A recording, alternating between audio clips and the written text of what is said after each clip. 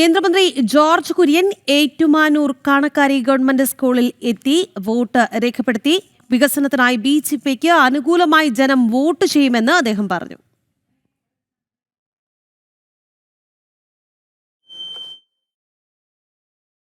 ഇന്ന് തന്നെ പാർലമെന്റിൽ എത്തണം. അതുകൊണ്ട് ആദ്യത്തെ വോട്ട് ചെയ്തു. ആ ബൂത്തിലെ ആദ്യത്തെ ആളായി. ഒരു വികസനത്തിന് അനുകൂലമായിട്ടുള്ള ഒരു വോട്ടിംഗ് ആണ് നമ്മൾ പ്രതീക്ഷിക്കുന്നത്. അത് BJP മുന്നോട്ട് വെക്കുന്നത് അതാണല്ലോ. അത് എന്നും വികസനത്തിന്റെ അടിസ്ഥാനത്തിലാണ് നമ്മൾ വോട്ട് പിടിച്ചിട്ടുള്ളത്. അതിനാണ് വോട്ട് കിട്ടുന്നത്. അപ്പോൾ അതുകൊണ്ട് തീർച്ചയായിട്ടും ആ പ്രതീക്ഷയിലാണ്. ഈ വിദേശ കുടിയേറ്റമൊക്കെ കൂടുതലായിട്ട് നടന്നതിന് ശേഷമുള്ള ഈ ഒരു അടുത്ത കാലത്ത് അതിനുശേഷമുള്ള ഒരു തെരഞ്ഞെടുപ്പാണ്. സ്വാഭാവികമായിട്ട് ഈ ആളുകളൊക്കെ നാട്ടിലില്ലാത്തതൊരു വലിയ എല്ലാ പാർട്ടികളെയും ഒരു വലിയ പ്രശ്നമാണ്. അത് മൊത്തത്തിലുള്ള വിഷയമല്ലേ, മൊത്തത്തിലുള്ള വിഷയമാണത്. അത് കേരളത്തെ സംബന്ധിച്ചിടത്തോളം ഇനി അത് കൂടിക്കൂടി വരികയല്ലേ ഉള്ളൂ. കാരണം കഴിഞ്ഞ കാലങ്ങളിലും ഉണ്ടായിട്ടുണ്ട്.